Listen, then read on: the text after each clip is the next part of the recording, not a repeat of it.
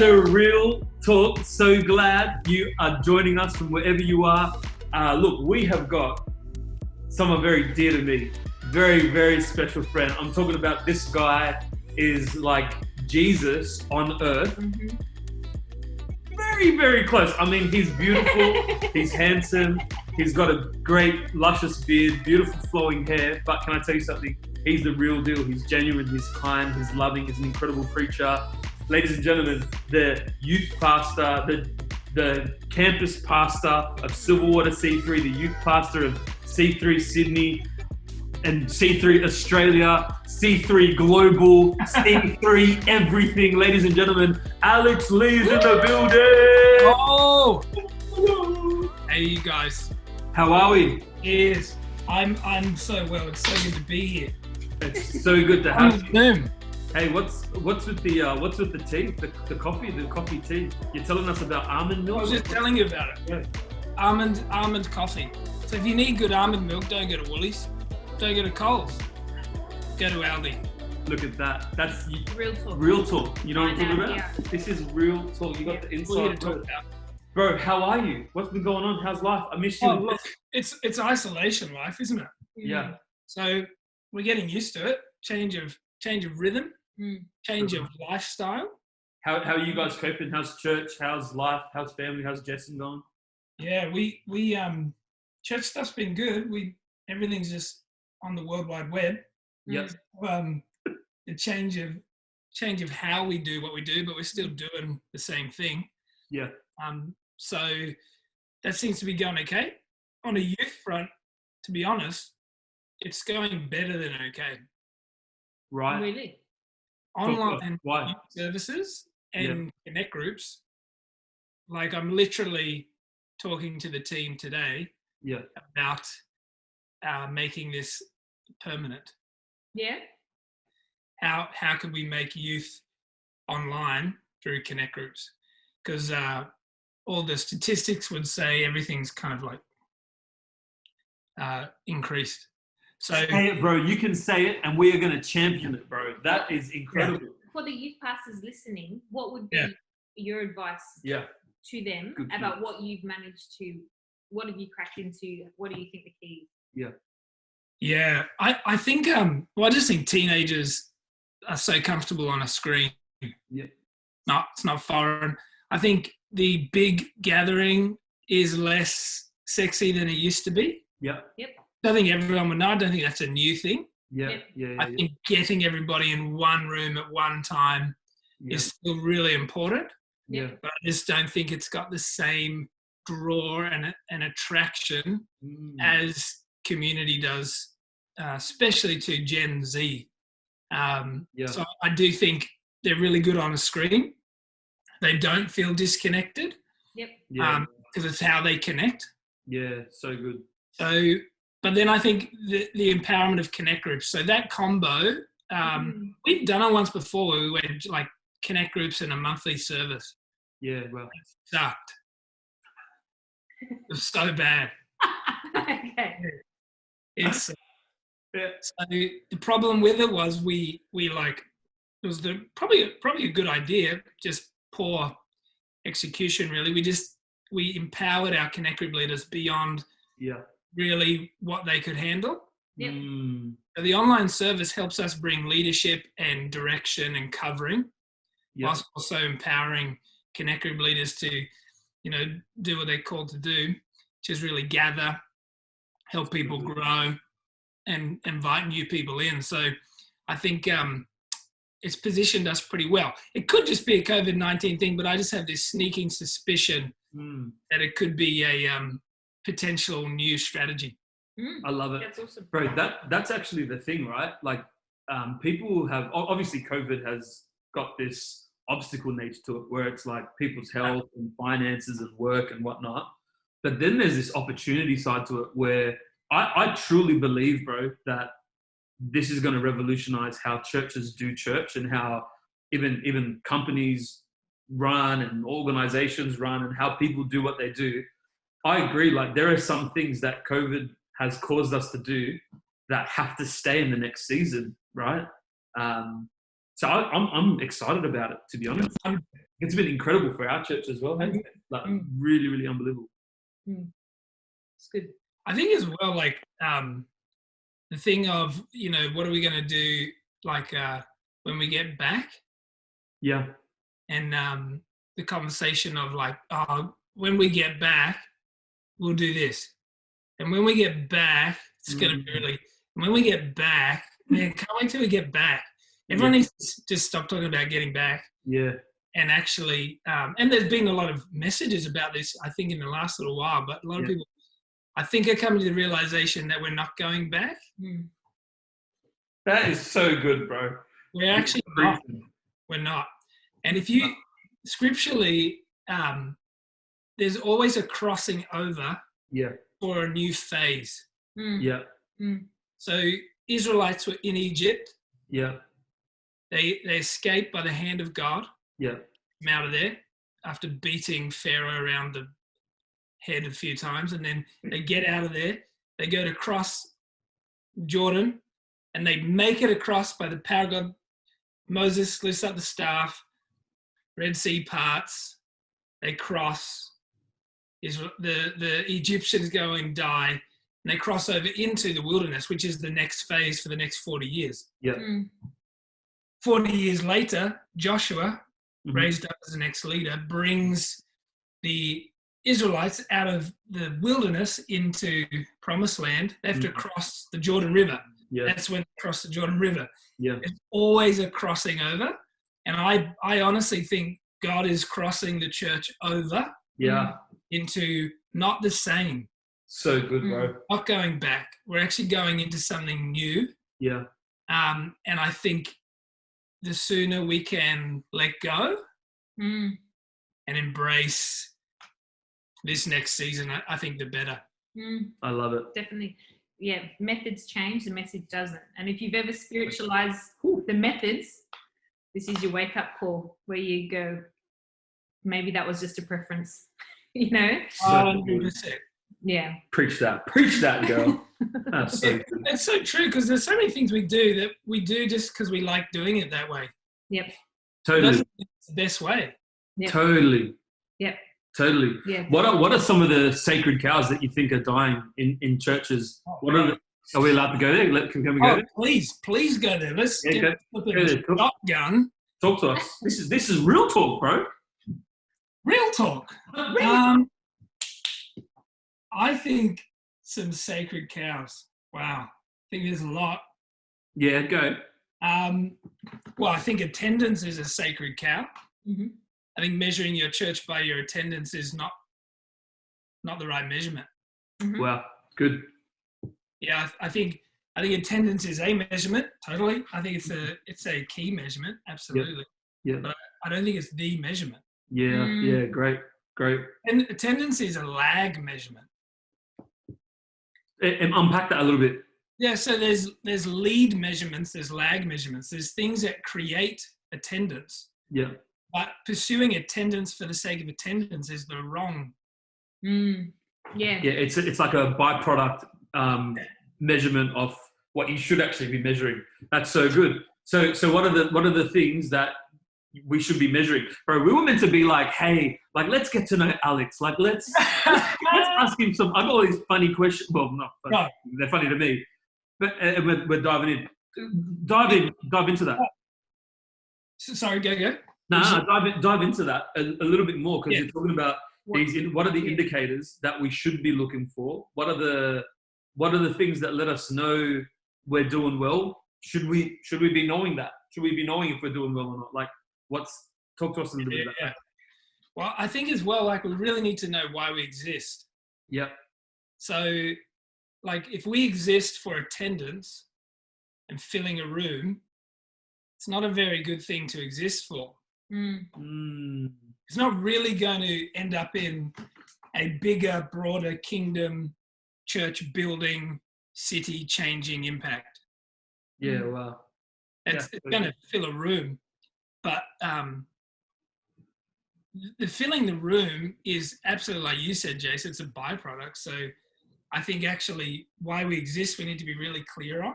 Yeah. And like obviously we exist big picture to build the kingdom, Yeah.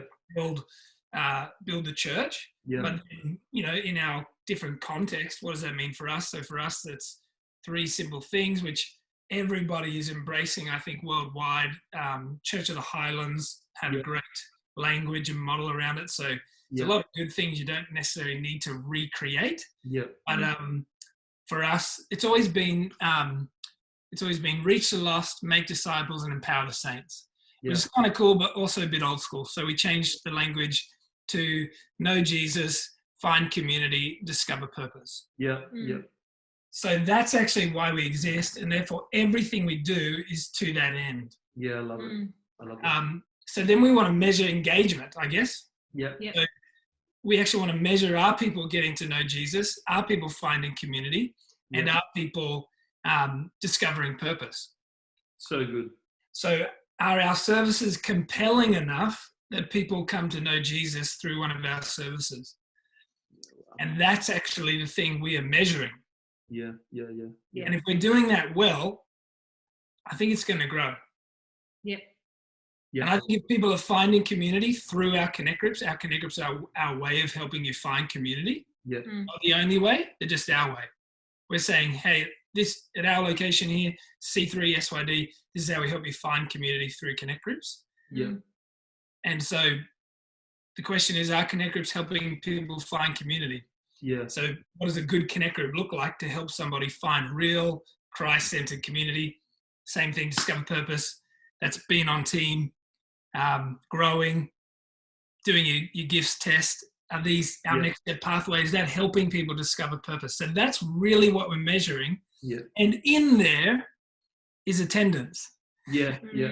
But it's like, it's way in there. So good. It's one of the measurements. It's not the only one, but it's the one that's most visible and seen. Yeah. See, this is a really important conversation to have, because so many people, and this is where I think it becomes an issue, right? I think it becomes an issue when attendance becomes your identity, it doesn't stay as an indicator. Do you know what I mean? And that's all it should be. Attendance is an indicator to something, and it's really centers around what you're talking about, the goals that you've set around your existence and around your purpose. So it's almost like clarify who you are and who you're called to be. Step one is like clarity. Work out who you are, your lane, what you do, what the mission is of your house or your business or your organization, whatever it is. And then from there, set your goals around achieving that. And then what we're talking about is letting that other stuff like attendance be the byproduct. But so often, instead of it being an indicator, people find their identity in that. So it's like, hey, how you going? Well, we had a massive weekend. And even on the flip side of that, how you going? Bro, worst weekend ever. Numbers were down. And it's like, that's not even the question I'm asking. It's like, I want to know how you're doing or how your life is, yet our identity is so attached to, like the tangible. And talk to us about why you think that is. Yeah. Well, can I just say as well, I think we're going to think through like the people we're trying to reach. Yeah. Like we're trying to reach Sydney. Yep. I mean, or, wherever we are. Yeah. We're trying to reach. Yeah, bro, we got a worldwide audience here. Can you please? We're trying to reach Uzbekistan.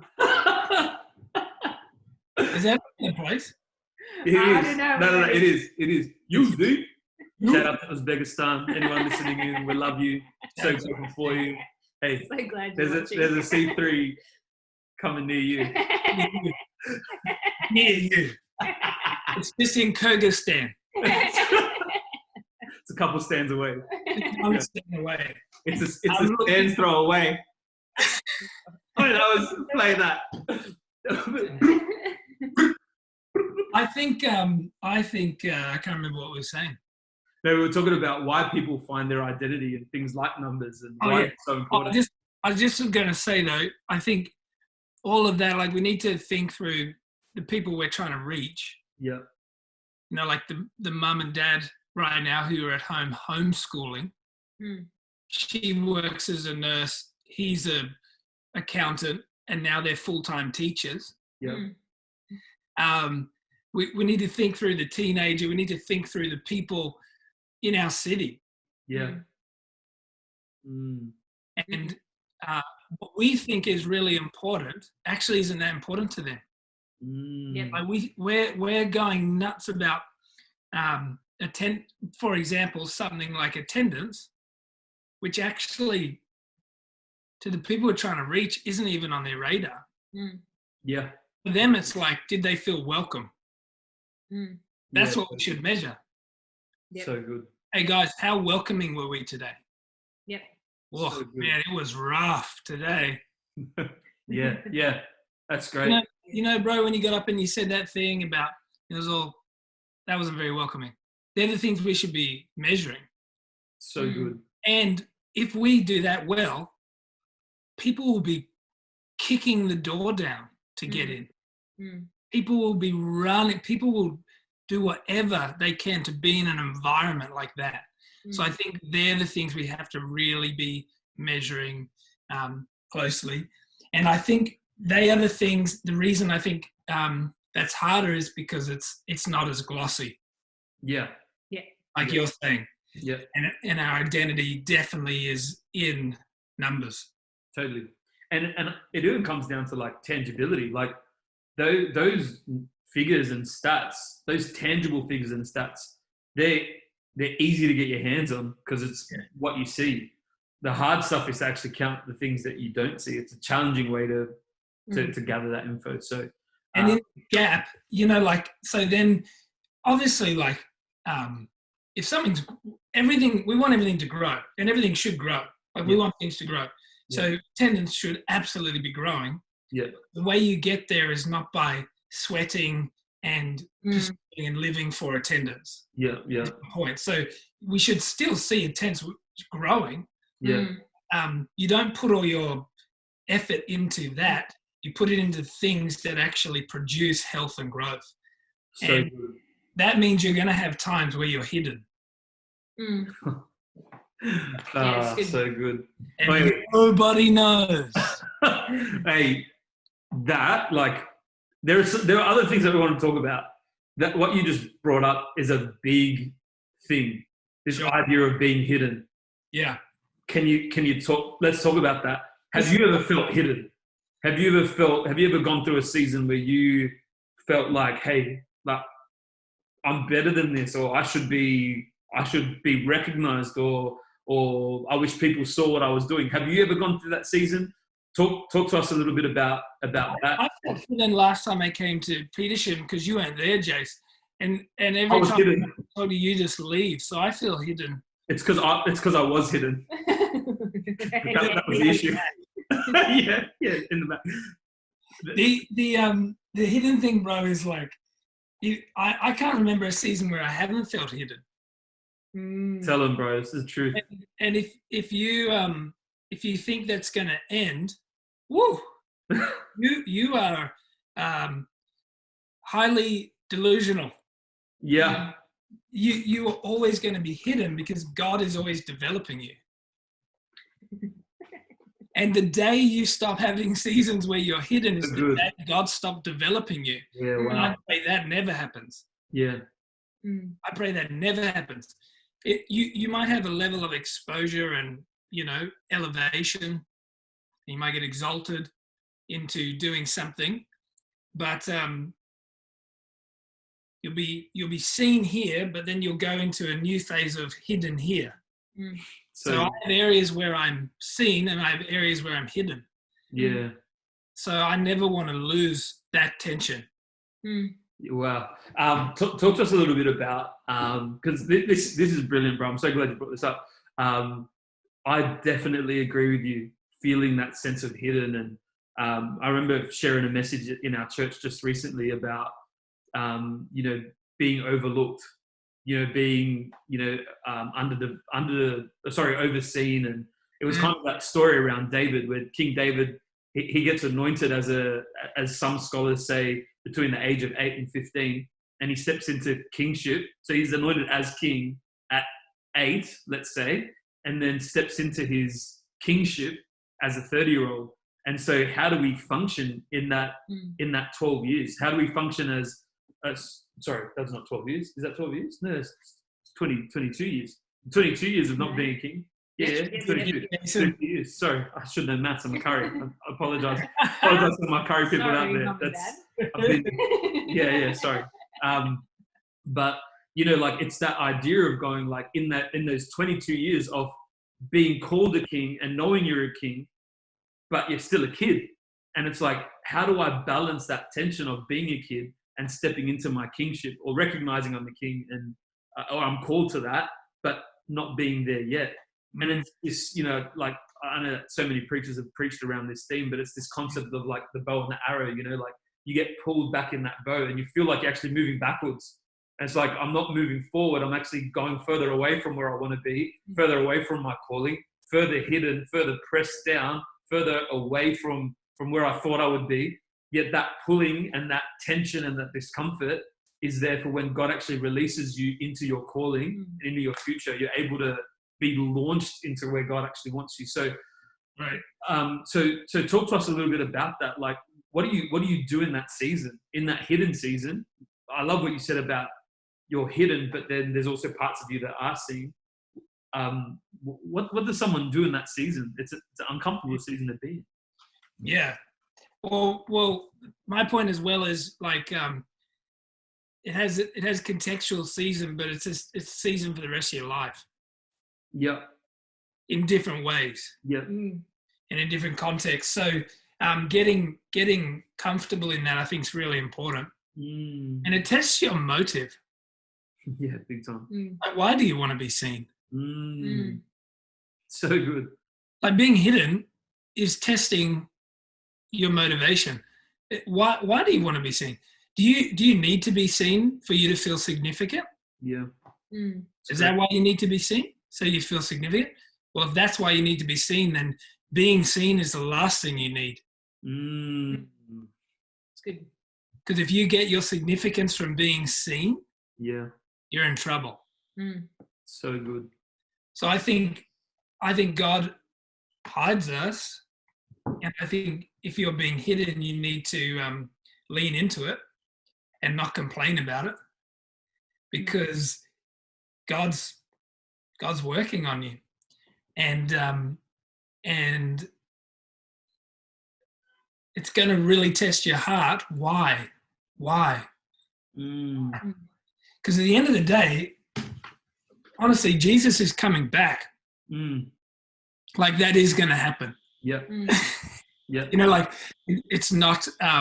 It can seem like maybe one day, and can almost seem ethereal. But Jesus is coming back.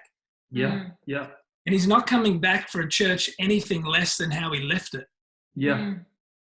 He's not coming back for a church that's full of everybody who's trying to be seen. Yeah. He's coming back for a church that's community, that's on fire, that's changing cities, that's healing the sick, that's empowered. He's coming back for a body that's on fire for God, and has matured beyond the petty things of being famous and popular. Yeah, wow. So good. I think Christianity is going to get a lot more radical than we've ever known in this next era. Love it. And it's going to mean being more hidden. I think the church is going to have that tension itself. Yeah. Hidden because we're going to be persecuted, but light of the world because we're carrying the message of Christ. So I think we have to live with those two tensions really well, and know that it's not about you.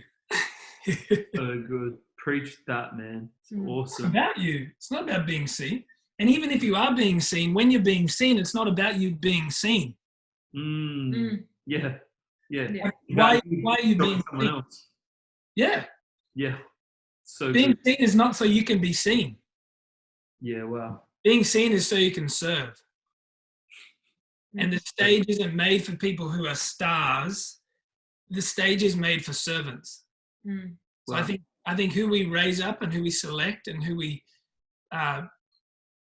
discipling, I think is really important.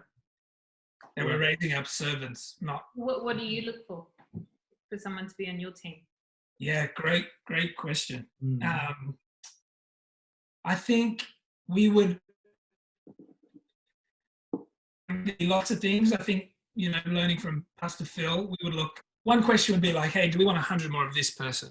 Yeah. We're going to put this person on the stage and we're going to promote them to leadership. Am I confident that I want 100 more of this person? Yep. Well, if I'm not confident, kind of just assess that and work through it. Yeah. But that'd be one filter to ask. It helps. And I think we're looking for people who are humble. Yep. We're looking for people who are hungry. Yep. Yeah. Like, we're not here to maintain. Yeah, come on. God. We are not here. It would be a dishonor to keep things how they are. Yeah. Yep. To Pastor Phil, Pastor Chris, to every pastor who's gone before us, to everybody who we are their legacy. Yeah. Yep. And now moving into the era where we are the legacy. We're inheriting churches. We're inheriting movements. We're inheriting what has been built. Yeah. It would be a dishonor Yeah. Yep. to sit on it and maintain it. Yeah, totally. Totally. We're here to take it further and build it out of honor for what's been. So I think we're looking for people who are hungry. Yeah, love it. And have up and go. I don't drag people up the hill anymore. Yeah. Yeah. If I got to push you up the hill, go find another hill. Yeah. Yeah, so good. I love it. Yeah, 100%. There's a lot of hills. Yeah. Go find one where someone else will push you up it, because that's not me. Something I love it. something Jason and I were talking about today. We were saying, what is it about Alex and Jessen that stands out to us? And then we started talking about the C3 and movement, and we were saying we love you guys so much, honestly. We love the C3. Such different. Jessen, I love you guys. So. I know Jessen's a little bit funny about brown people, but there's enough to look over that. And we love you guys. We're so glad to have you in our lives, bro. Anyway, sorry. I love it. You pour it out. We'll talk about the C3. What stands out to us about people in the C3 movement, and one thing we were talking about was there is no gossip.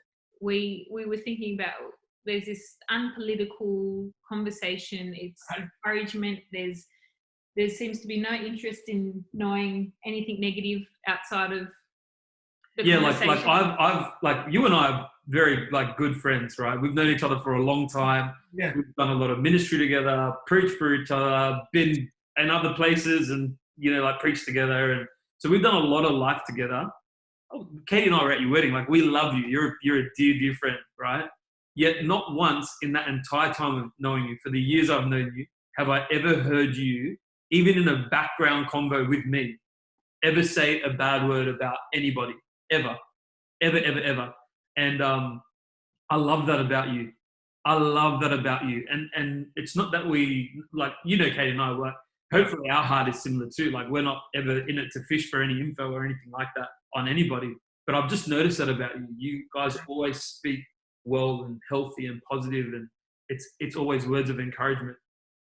Anyway, you ask your question. And we realise that also is reflective of the team in C3 that we've been a part of. We went, actually, hold on, our friend he actually, we don't hear negative talk. It's true, Muzza, never heard a bad word from him. Kelsey, never heard a Mitch bad Hammond, word from them. We've just... Yeah, Mitch Hammond, never. Really beautiful spirits. Could you speak into that? Is that is that something Pastor Phil talks about regularly, or is that just a culture that you have at your church? What is that? Oh yeah, it's such a good question. I think it's definitely from the top, from Pastor Phil and Pastor Chris. I mean, Josh, James Murray, they've had big impact on my life, Jürgen, all these guys. So I'm probably a product of all of that. Mm-hmm. And I think Pastor Phil and Chris have made an environment that is very empowering. Yeah. Mm-hmm. So people are celebrated for being unique. Mm. People are celebrated for being kind of weird.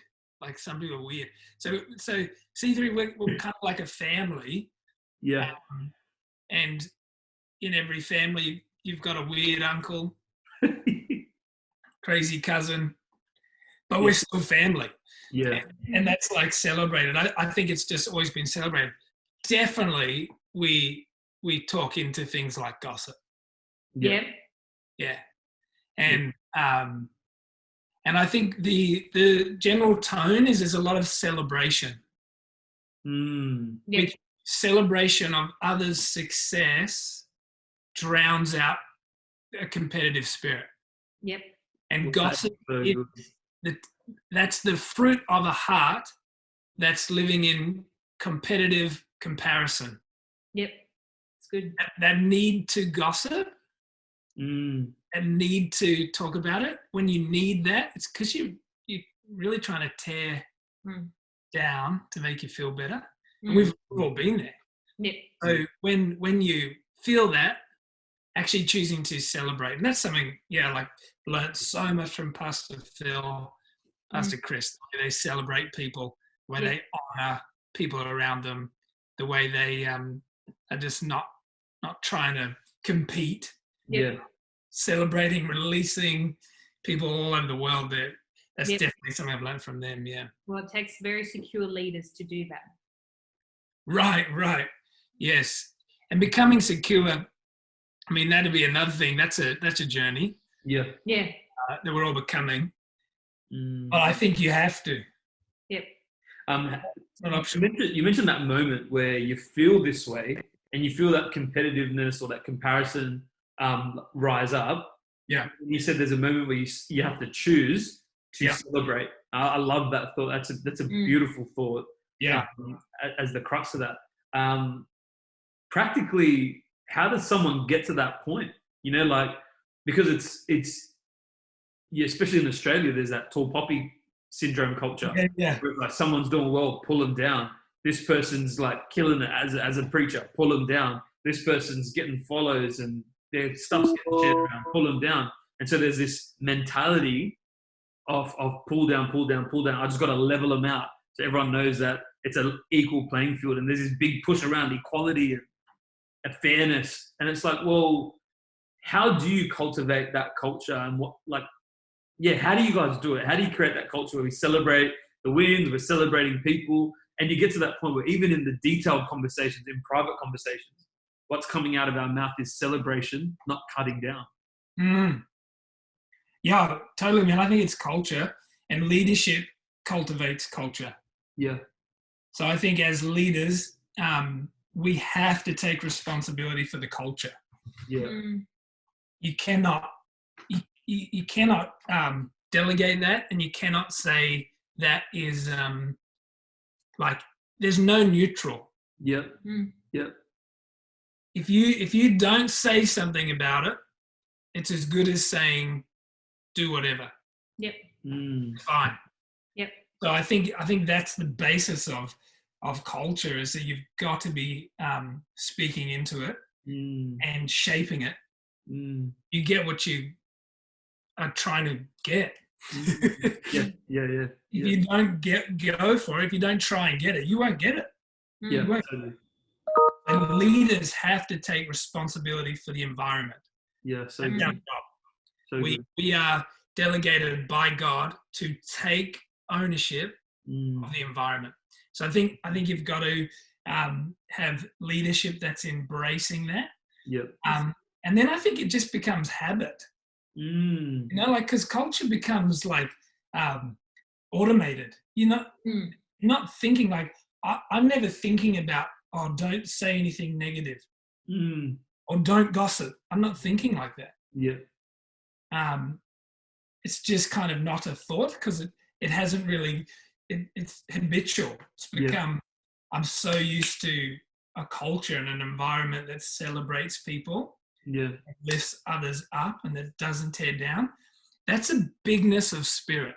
Yeah, so good. Big spirit of people. Oh my gosh. I never want to be part of anything that is small spirited. And when you've been around big spirited people, you can smell small spirit a mile off. Yeah. And when you see it and you smell it, all you do is exactly the opposite. Yeah, it's good. You do exactly the opposite. Yeah, wow. People are talking about numbers, you don't talk about numbers. If people are comparing or tearing someone down, say, oh, you know what, I actually quite like that guy. Yeah. He's actually a good dude. Do the opposite. When you hear smallness, So good. do the exact opposite. So good. And you'll start to create an environment that's big, that's generous. It's not measly, not miserly. The church has been full of too much misers, too many misers who are small-minded and small-spirited. Stop it. Yeah, so good. Stop it. We are followers of Jesus Christ. Come on, preach that. We're not the tail. We're meant to rule and reign in life. We're not meant to be walking around small-minded, small attitude, upset about everything, complaining about this. That's not who we are. So I think we've really got to create an environment that doesn't actually celebrate that nor allow it. Yep. So good. So even on small-mindedness, right? Talk to us about the dangers of small-mindedness, and could you even talk to us about like what are some of the things that small-minded people say? Like how does someone who's watching this, how do they know if they're small-minded? Or their friend is. Or their friend. How do I know that there's someone in my house, name starts with a K? How do they know if they're small-minded? Someone in my house has the same last name. They're 2-year-old. It's my son. How is my son so small-minded? He's a child. Yeah, you need to talk to him, bro. How do you know you're small-minded? I think you know you're small-minded by like things like you're easily threatened. If you're threatened by everything and everyone, man, you need to get bigger. So good. If you're defensive, you're always defending yourself, defending your point of view, defending why you do what you do. If you're defensive, that's small. So good. And this hurts, right? Like this is not nice, but it's true. And we have to all confront the smallness in us. If you are possessive, you're protective and possessive. My people, my this, my seat in church, my precious. You know, you're like you literally are possessive of everything. That's small. I've found generous, big-spirited people to be very releasing. Able to give things away, able to let other people have the glory, able to lift others up, able to celebrate other people, able to applaud other people's success, not threatened, not intimidated. If you're intimidated by things, just means you need to get bigger. Means you need to get bigger, and that's so important for us. Other things are like you compete. Your general mode is to compete, and I think that's a sign of smallness, because you're actually thinking that my success is determined by beating someone else. Yeah, wow. Rubbish. Yeah. Rubbish. Yeah. Your success is determined by what you do. And as soon as you put it in the hands of somebody else, you've abdicated responsibility and therefore lost authority over your own calling. Yeah, so good. That's small. Yeah, man. We could go for hours about it. No, it's true. No, that's really good. That's helpful. That's so good. Hey, what we want to do is this, right? Because this show's been running for such a long time, we have all these segments now called... There's one segment called the Deep Dive. And so should we do Would You Rather or Deep Dive? Deep Dive. We're going to do the Deep Dive. So what the Deep Dive is, it's scary. You should be scared. I see your eyes widening. I'm very scared. You should be. What we do is we take a deep dive into your past, into your history, and into the dark, deep wells and nooks and crannies of your life. No, I'm joking. We don't do that. We pretty much just do a deep dive into your Facebook account. And so anyway, what we've done is we've found some photos that you need to do some explaining on. if you can. We're going to share the screen right now and just tell us, we're going to show you some pictures. Just explain to us what's going on. Tell us why. Tell us what's happening. That would be very helpful. We're going in now. Tell us about this cowboy right here. Oh, wowza. Wow, we were. Hello. Hello. Mr. Alex Lee with the sexy cowboy going on. Oh, I was 21. Yeah. Yep. It was my 21st birthday. Okay. And I had a cowboy and Indian. Who does that? 5 years old. Yeah, Was your hero Woody? Yeah. No, actually it wasn't. It was Lucky Luke. I have no idea who that is. Who's that? If you know, you know, but you don't. No, I don't. He sounds like, I don't know, just a hero to the white people of Australia. Yeah, seriously, the whitest cowboy ever. Oh, right. Yeah, no, that's it. And you're holding a flamethrower? Is there a reason for this? Yeah. Am I holding a flamethrower? Well, sorry, not a flamethrower. That's what I believe it to be. A lighter. A little kitchen lighter. Obviously, you're blowing out candles. I guess Jace, like, exaggeration. Like, It's because I'm big-minded. I'm big-minded. It's literally like kept in the kitchen, bro. I don't know. Sorry, yeah, okay. I'm not good with kitchen. Oh, bro, is that a bazooka in your pocket? Wait, how do you cut? Is that a nuclear weapon you're wearing? I cut my food with a chainsaw and a pitchfork, like for dinner. Yes. This is part of why I wanted you to see this photo. A lot of people have wanted to know, like all of our viewers have been asking, as if, right?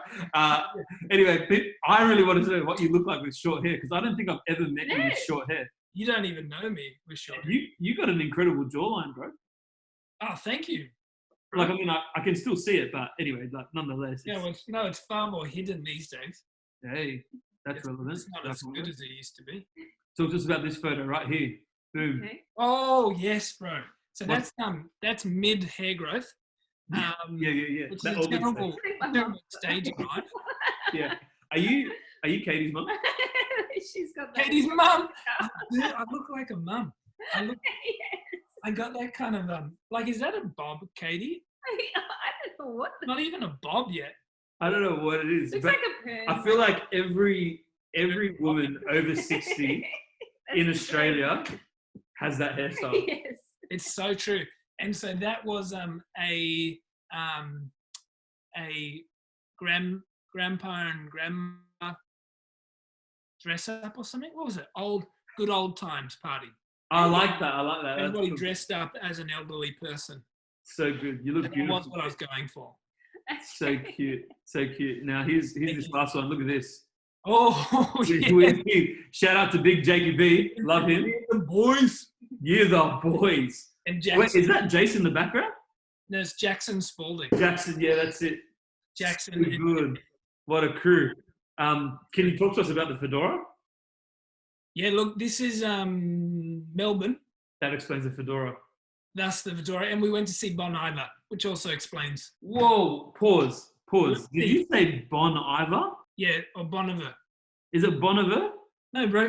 For the Northern Beaches white kids, it's Bon Iver. Bon I Iver. don't even know who that is. You don't know who this is? See, Katie doesn't even know who it is.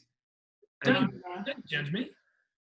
No, but Bon Iver. I don't expect Katie to know these things because Katie, she's cool in a not cool way. You know what I mean? White. I'm not just North Shore white, Bogan white. Like Katie's Coldplay white, not Yeah. Bon Iver white. You know what I mean? Yeah. Like Coldplay's the jam. Oh, yes. Bon Iver. You know what? What we need to do is this. We need people to tell us in the comments below, because we're social media relevant, right? And look, put in the comments below, is it pronounced Bon Iver or Bon Iver? That would just help us resolve. Help us with. Hey, I just love you so much. I'm so grateful for you. I love you and Jessen so much. You guys are incredible leaders, doing incredible things. We love what's going on at C3 Silverwater and what's happening across the nation with C3.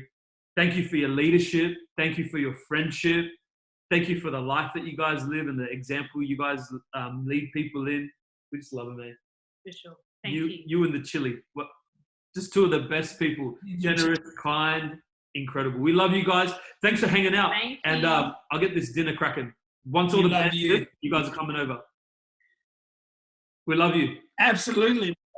Peace out. Love you all, guys. Love you.